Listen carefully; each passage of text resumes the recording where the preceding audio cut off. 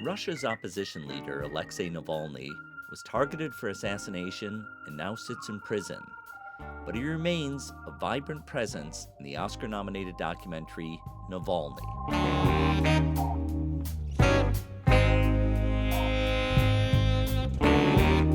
I'm Thom Powers, and this is Pure Nonfiction.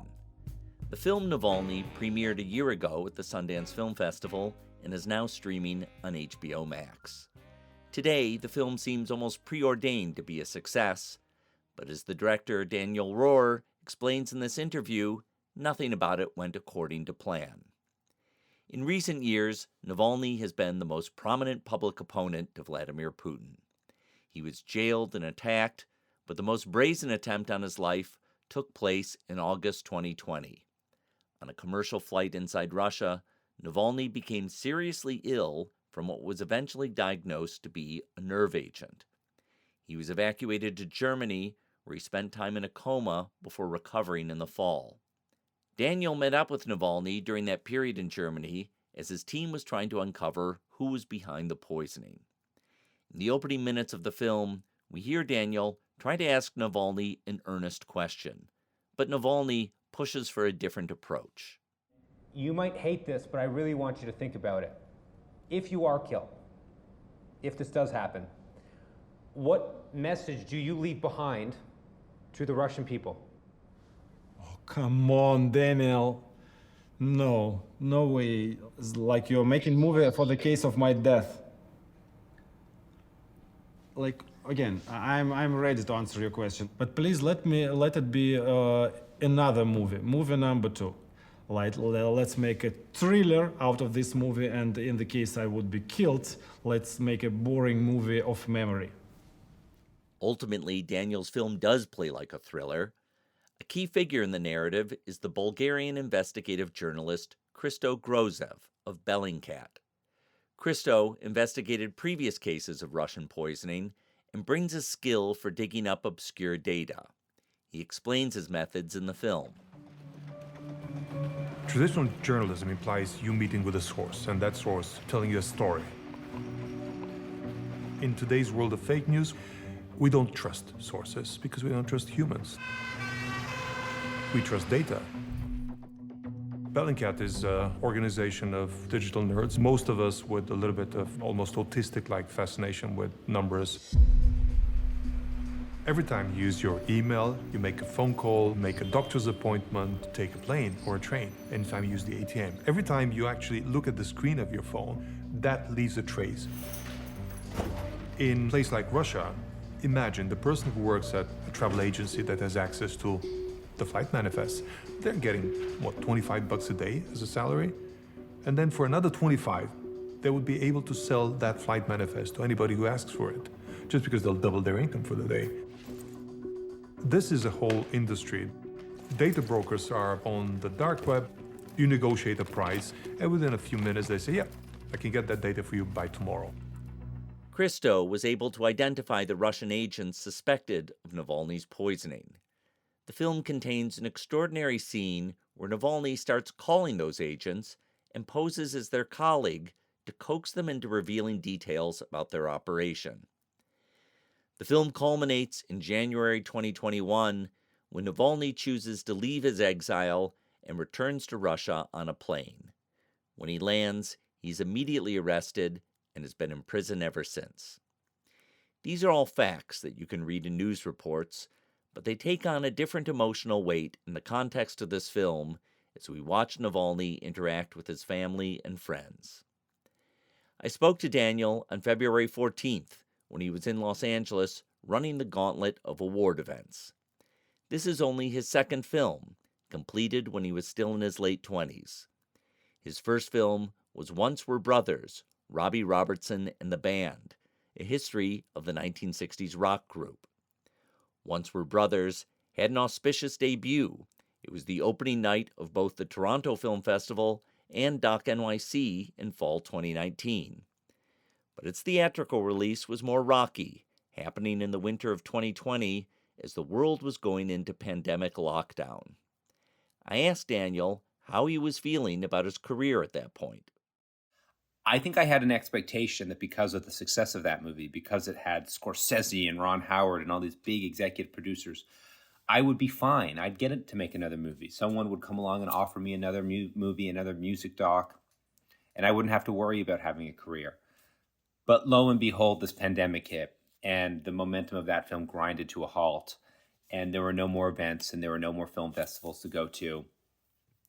And I was filled with anxiety and this profound disappointment and frustration that here I had made this film that resonated, that existed in the world, that people saw and heard about and opened TIFF, and it means nothing for me.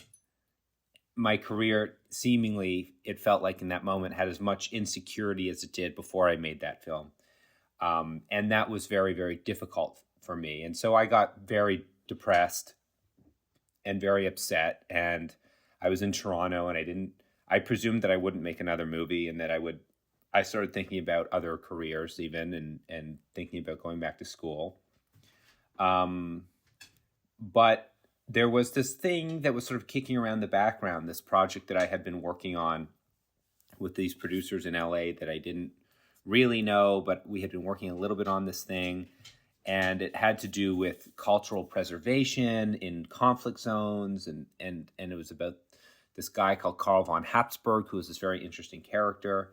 And Karl was super fascinating to me. This was a guy who is the ancestral Archduke of Austria. So his father was the last crown prince of the empire. So he comes from this very important European royal family. And one day after the pandemic really grounded all the airplanes, he called me and he said that he has this friend who's this journalist named Christo Grozev who works at this place called Bellingcat, and they were working on some sort of story in Ukraine, which sounded interesting enough to me. So in sort of like a Hail Mary type of move, I flew to Europe in September of 2020 when no one was flying to Europe and everyone was still terrified and there were no vaccines yet. And I went to go meet this guy, Christo. And Christo and I and one of the film's producers, Odessa Ray, embarked on this journey to Ukraine to try and see about a story there. But another kick in the teeth happened when we were sort of kicked out of Ukraine. The government was not too thrilled to have us there, and we were very assertively encouraged to leave. And so in November of 2020, 2020, I was back in Vienna, not sure what I would do next. The first film never materialized in anything. The second film was languishing. There wasn't really a film to make, it seemed. And I was, I was feeling anxious and very upset and depressed and angry and embittered. And I always had this sense that if I just really work hard and stay focused at my craft, I'll be able to do this and turn filmmaking into a job. And I just felt like I was down on the ground, and the documentary world, the documentary gods were just kicking me in the teeth. And the message I was receiving was, go do something else. You got to make a film. Most people don't even get to make one film. You got to make a film. People saw that film, but go be a lawyer or something. And that's how I was feeling for a few days, as I was trying to figure out what to do in Austria. And one morning, Christo was going to come and meet with us, Odessa and I, to tell us about the fate of our Ukrainian film. And that's when Christo walked in and said, we can't go back to Ukraine, but there's something else you might be interested in. And my state of mind in that moment was desperation and sadness. I was almost in mourning for this career that I wasn't able to get off the ground. I tried so hard, but it just wasn't going to happen for me. And he said, there's something else you might be interested in. You know that Navalny guy? And I said, yeah, Christo, I know that Navalny guy. Christo said, I think I have a lead into who tried to poison him. And fully and completely, immediately, like very few moments in your life, a light bulb goes off and you see it all in front of you.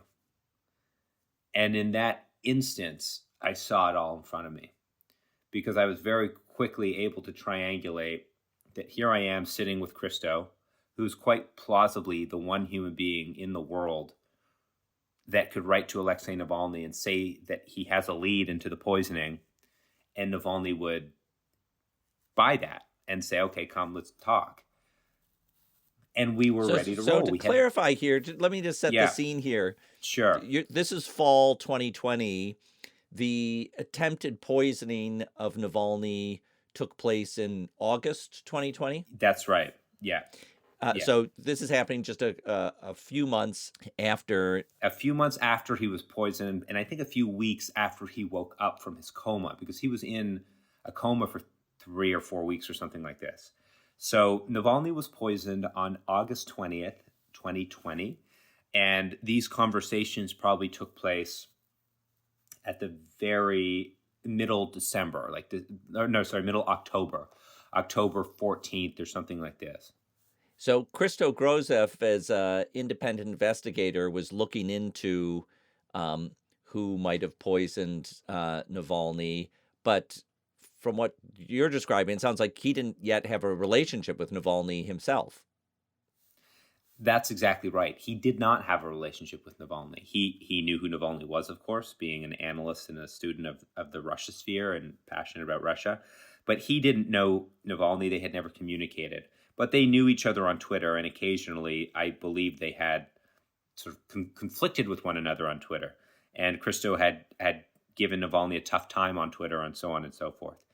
And so Navalny was receptive enough to Christo's original outreach that Christo was invited to go and meet with Alexei. Navalny was very familiar with Christo's work involving the investigation to find the Skripal, the poisoners who tried to poison Sergei Skripal in the United Kingdom. And Christo cracked that story. So when it came to Russian state poisonings, Christo was really the guy. And Navalny understood that. Navalny said, come and show us your findings. And Christo said, it'd be my pleasure to come. But I happen to be with this film crew, and we like the idea of making a documentary about this. Do you want to make a film? And my understanding is that Maria and Alexei, Maria being Navalny's chief investigator and the woman who produces a lot of the content for the YouTube show, had already been thinking about doing some sort of film project. Knowing full well they lacked the technical knowledge and expertise to make a film, they were just interested in exploring the medium. And so the second part of Christo's pitch, which is I'm with this film team, can they come too? They were receptive to, and they said, okay, bring them along, no promises, we'll meet them, but, we'll see where it goes, essentially. So Christo, Odessa, and I snuck across the German-Austrian border, which was closed due to the pandemic, and we drove across Austria and Germany to this little shadowy town in the Black Forest where Navalny was hiding and recovering. And we met with him, and I had the opportunity to pitch him on a film project. And he was receptive. You got it going. We see in the film that as you're interviewing Navalny, he's pushing back on you, telling you that you should envision this as an action film, not as a documentary. What were those interactions like, and what was it like for you to gone from interviewing aging rock and roll stars and Once Were Brothers to now be talking to this very famous dissident? Yeah, that's an excellent question. Well, the first part of your question I'll speak to was, and this was very important, the first time we ever met Alexei, one of the topics of conversation that came up quite organically was the question of editorial control. Navalny and his people had never participated in a film like this. They didn't really understand the sort of rules of engagement. And they, I think, in the beginning thought that there would be some sort of way that we could do this where they have what they called veto power. If we got to the end of the road and we were in the edit and there was something that they wanted to take out of the movie, they wanted to make sure that they set this up so they would have the power to take it out of the movie. well, of course, that type of editorial control is dramatically inappropriate and would impact the quality of the film undoubtedly, and the seriousness of the film. And in that very first conversation about editorial control, I made it very clear in no uncertain terms that there is the captain of a ship and the conductor of a symphony and the director of a film. And although we want to make this film in the spirit of collaboration, make something that we can all be proud of, at the end of the day, if we reach that fork in the road where you guys want to go one way and I want to go the other, we go my way. And I think that was very difficult for Alexei, and particularly for his staff, for Maria, who was in that meeting, Maria Pevchik, who has been safeguarding him and the gatekeeper for many, many years. But Navalny, I think, appreciated the chutzpah of my pitch, the fact that I was not sugarcoating anything, that I told them exactly how I thought this should go. And they sort of agreed to that. Remarkably, I told them that they can go hire someone else who will carry out their marching orders, but that's not what I have on offer here. So we started shooting the next day, and you know, the rest is history. And of course, a year later, when we were editing the film, I had that speech that I gave about, you know, being the conductor of the symphony and the captain of the ship. When we reached that moment in the edit when Navalny's people wanted to take something out and quite passionately demanded something be taken out, and I stood my ground, remembering that first encounter, and said, true to my word, I will not do it.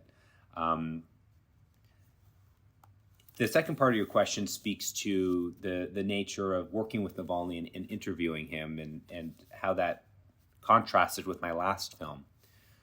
Well, one of the major differences between interviewing Navalny and interviewing, you know, an aging rock star, for example, is that Alexei Navalny is a politician, but he is a master media manipulator in a lot of ways.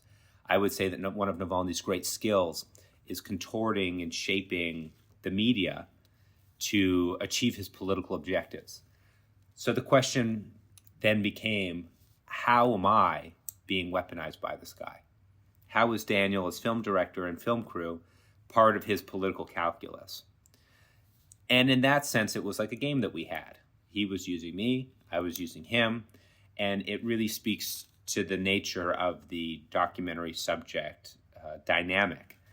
And I think it presents itself in that opening scene that you just spoke to. When Navalny, I ask him a question, and he says, no, I'm not going to answer that question. That's a boring question. You're making some movie in the case that I die. This movie's going to be a thriller. Let's make it a thriller.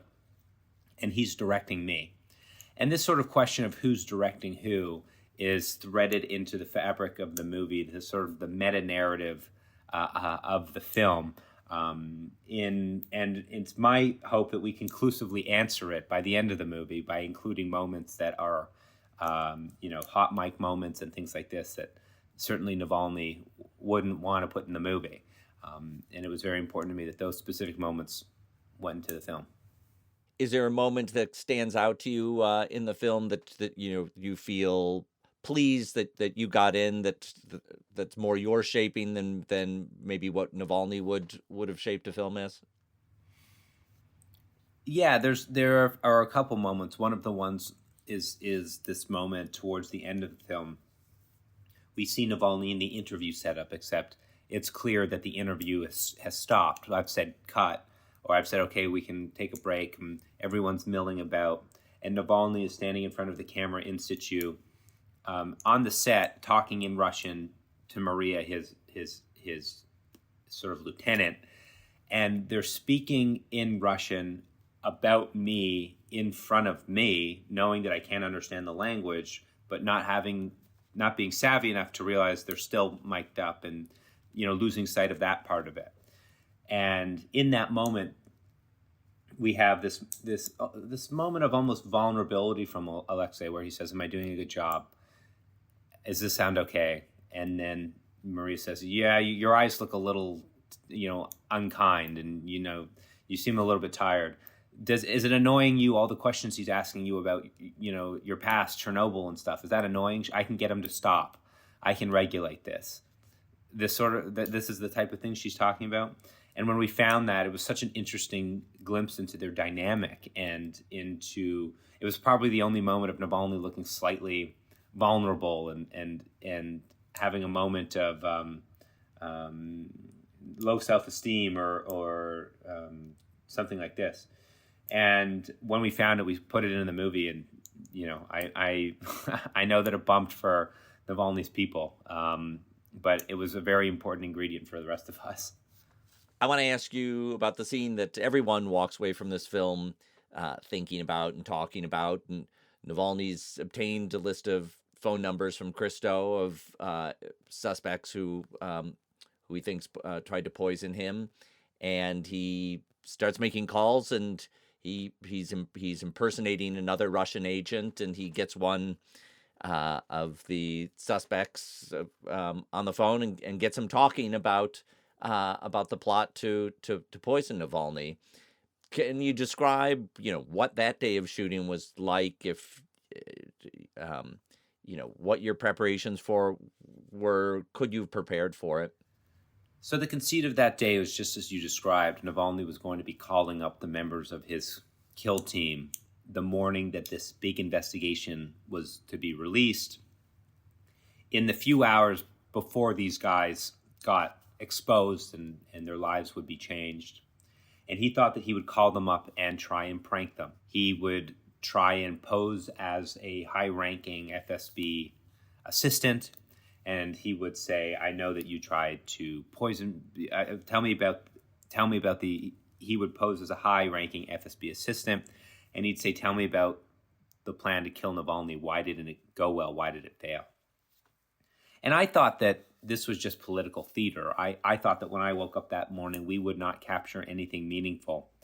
But we started shooting, and an hour went by, then an hour and a half, and I was getting pretty sleepy. It was like 6 a.m. at this point.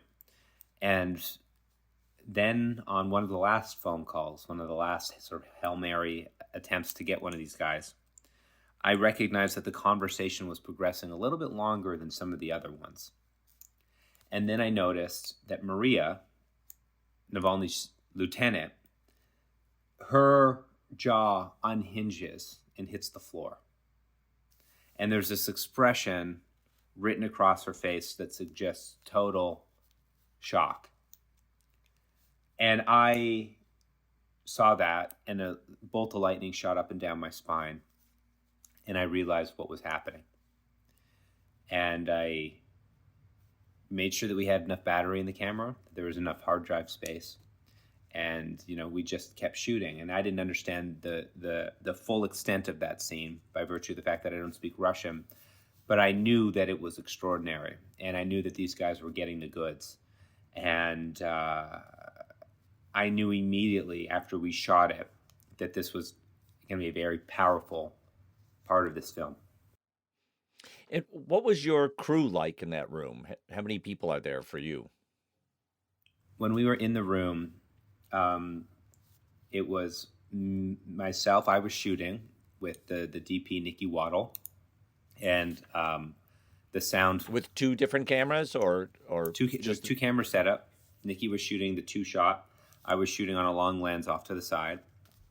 And then Marcus Vetta, the sound guy, was sort of up in a little nook tucked up above the room, and you can sort of see his feet in the shot. And then hiding in the kitchen was one of the film's producers, Odessa Ray.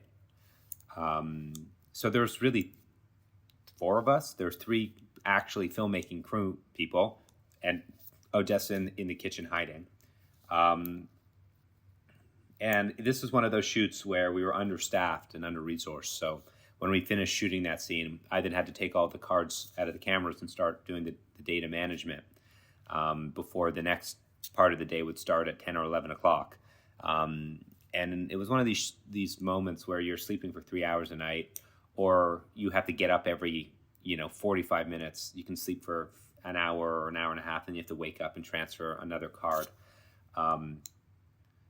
It was like an extraordinary fever dream making this movie, and you knew it when you were in the middle of it that it was an extraordinary fever dream. So I tried my very best to take contemporaneous notes and do as many drawings and these sorts of things as I could, just to remember what was happening every day. Now, at the same time that you're making this film, Navalny's own operation is putting out their own YouTube videos that had a very high viewership. So, some of these videos have more viewers than most independent documentary films get. I wondered, did that make you nervous that they were their own media production team that in the time might have felt like that they were competing or scooping you? Yeah, I never had that sense. And I think that speaks to the very nature of my original pitch to Alexei. What I told Navalny when we first met is I really just tried to highlight the difference between a YouTube show and a documentary. And I explained to him that the currency I really deal with is emotion. And when someone watches a YouTube video, they might get some amazing information and know more about the world after they watch it. But what I'm more interested in is people watching a film and then feeling it. They have a strong emotional reaction to the movie after they watch it. And I think that sounded a little artsy-fartsy to Navalny. That's not something that really resonated with him.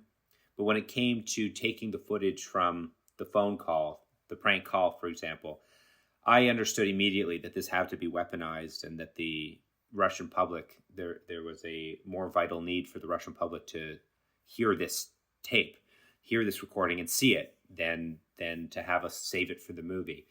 And so, we immediately, I understood that they had to release it, and I was fine with that. I understood two things. First off, their primary audience is Russian-speaking world. That's the first thing. And then the second thing is that once they release this footage, there will be a response from the Kremlin. And so I can film that response in real time. This sort of information warfare, this jostling back and forth, will now become part of our film. And that's exactly what happened. The other day of shooting I want to ask you about is when Navalny decides to go back to Russia, knowing that he's likely to be imprisoned or worse. Can you talk about the mood of his team and how you set out to capture that for your film? Yeah, that morning was pretty awful. I remember that it was probably the most intense and stressful morning, one of the most stressful mornings of my life. So you can only imagine how stressful it must have been for Navalny. And I understood that this was a moment that he would naturally want to share with his close colleagues and his family.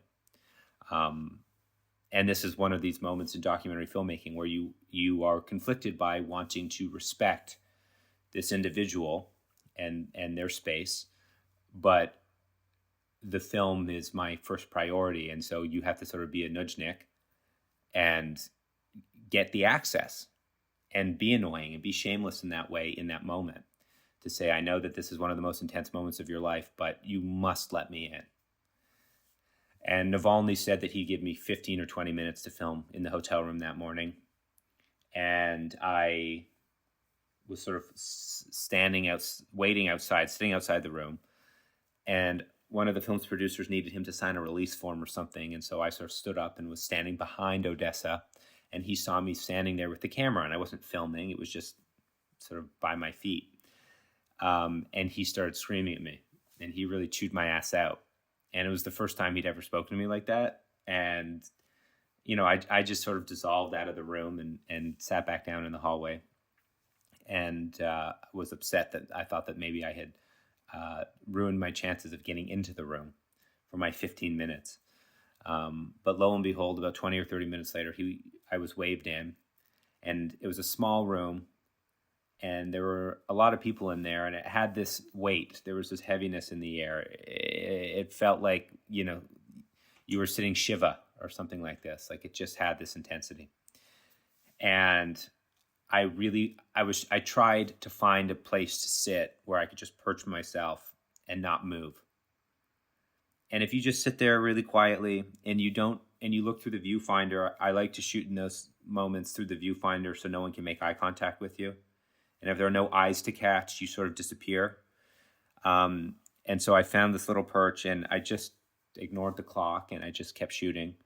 And I was there for about, 40 or 50 minutes. And some of this footage is in the movie. But when I walked back into the room, Navalny apologized to me. When I sat down and started filming, he said, "I'm sorry for telling you to get the fuck out of here."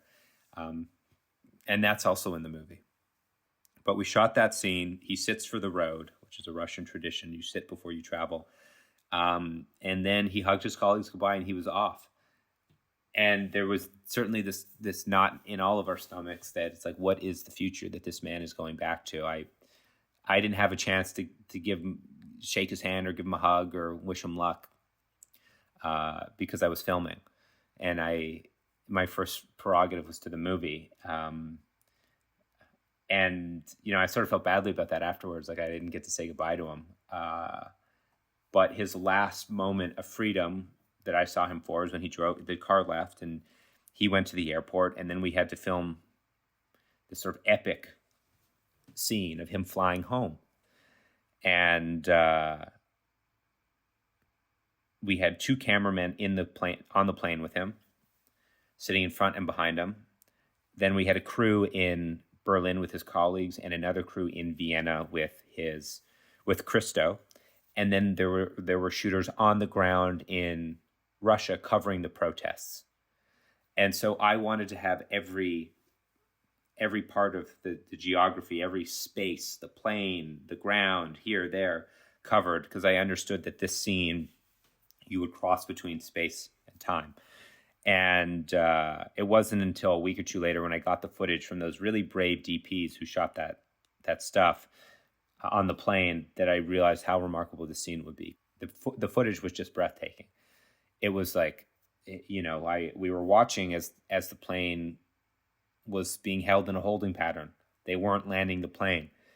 And the whole thing was just like this drama of epic proportions. The whole world was watching this plane hovering around in circles around Moscow as they were trying to figure out what to do. And we didn't know if they would land it in a different city, if they would pull him off the plane and arrest him there, if they would shoot him on the tarmac, we didn't know what would happen, but we watched with the rest of the world as he went to passport control and very quietly and unceremoniously was taken away and disappeared for 24 hours. And that was his last moment of freedom.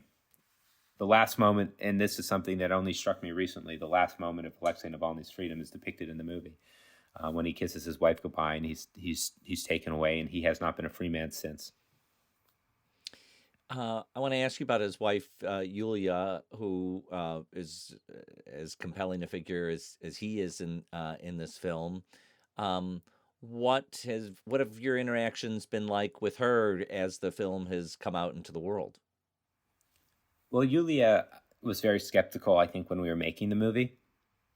I think she was a bit annoyed that she had to tolerate an annoying camera crew, which I appreciate. Her family was going through this, extraordinary, stressful time.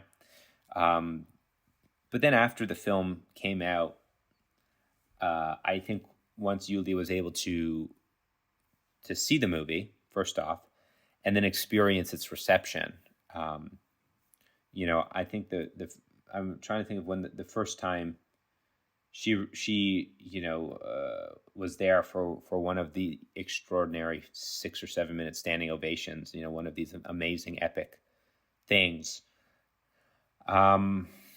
But once she was able to gauge that and feel it and feel the love and the reception for this movie and it started winning awards and all this, then she started to participate and be a big supporter of the movie. And every time, and Yulia really likes to watch it. I think she must love seeing Alexei up there as she remembers him, not as he is now.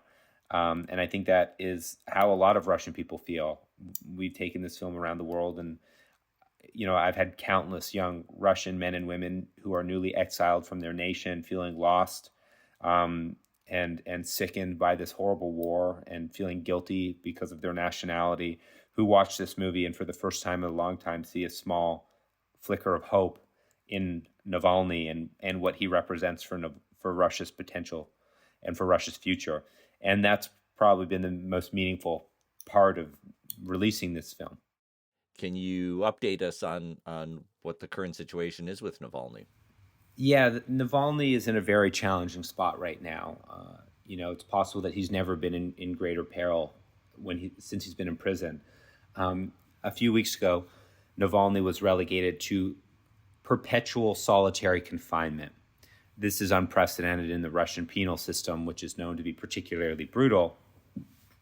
But this is especially brutal. He's in a small cell. He doesn't have access to his lawyers. There's no attorney-client privilege anymore. He hasn't seen his family, I think, in a year. His visitation rights have been revoked. And the prison authorities do everything they can do to make Navalny's life miserable. So last month, they were weaponizing other prisoners as biological agents, and they'd send in someone with tuberculosis or COVID or who's running a fever to make Navalny very ill. And then Navalny gets sick, and they'll deprive him of civilian doctors and take him to the prison infirmary and inject him with unknown antibiotics, which I can imagine is terrifying for Alexei. And last week, they installed ultra-bright lights in his cell, which are intended to drive him insane. And we know that he's lost about 17 pounds in the last 3 or 4 weeks. So Navalny's not doing well. It almost seems like this regime is trying to murder him slowly. And, it's very difficult for us to reconcile that reality.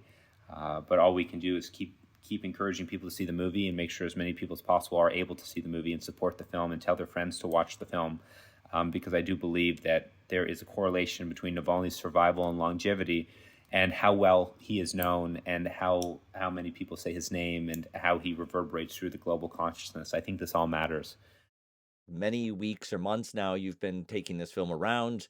The film has been winning awards, and I'm interviewing you when you're in the middle of the Hollywood award circuit. Yesterday, you were at the Oscars nominee lunch amongst the world of actors and celebrities. And I wonder what your experience has been like going through that, knowing at the same time that every day Putin's government is trying to make life worse for Alexei Navalny. Well, that's an excellent question, Tom. And one aspect of this that has been very challenging for me is that throughout this entire year, I have been experiencing this pretty deep guilt. As a result of this film, my life has expanded and blown up in the most miraculous ways. I call this my year of miracles. And as I think about that, I think about how Navalny's life, while mine has been expanding, his has contracted to a small little room where he's being tortured by the Russian government. And the guilt of my success being predicated on Navalny's pain is and was very, very difficult for me to reconcile. But I also understand that the recognition that the awards and the film brings to Navalny and his plight are meaningful for him. And particularly one recognition, before Navalny went back, one of the last conversations we had, he told me his expectations for this movie. And he told me in no uncertain terms that he wanted me to finish the film in 1 calendar year, get it finished very quickly, and he wanted the film to be nominated for an Oscar because that would really piss off the Kremlin. And I looked at him and I said, I cannot promise you that I'll get this film nominated for an Oscar. There's a lot that goes into that, and a lot of it's out of my control. But I promise you that I will try my very best and work as hard as I can to try and achieve that objective. And so I have tirelessly worked and campaigned and done all the things you have to do. and made the right lists, including your very prestigious and important lists, with the objective of getting this film nominated for an Oscar, because there is no greater platform for a movie, and there's no greater attention that a movie can derive than that honor. And so when we achieved that honor, and when we were nominated for an Oscar, for me, I thought it was interesting that I felt a sense of relief in a way. And I felt the guilt that I had been experiencing sort of evaporate and dissipate a little bit. And I was left with the understanding that I left no stone unturned. I did everything I could do, and we accomplished the mission. We reached the mountaintop. And Navalny was going to go back to Russia no matter what. But because we were there to bear witness and make this film, he now has this vehicle to keep his name in the consciousness and invite millions and millions of people who otherwise would not be familiar with his story to engage with his story and get to know who he is and get to know what he does and all of these things. And so I was able to release some of that guilt. The glitz and glamour of this is not interesting for me. I don't really enjoy it. I get a bit anxious at these big events. I really like seeing my friends like, Sarah Dosa, who directed Fire of Love, and Sean Sen, who did All That Breathes. The three of us have become like, the three amigos on this tour that we're on. And I always like spending time with them. But otherwise, I'm quite keen to get back to my normal life and go make another movie. Because I feel like, I did it. We accomplished the objective. The nomination to me is the win. And I know that it meant a great deal to Navalny and his family. And that is what matters to me.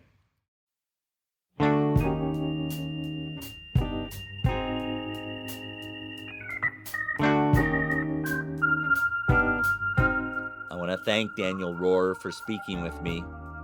His film Navalny is now streaming on HBO Max.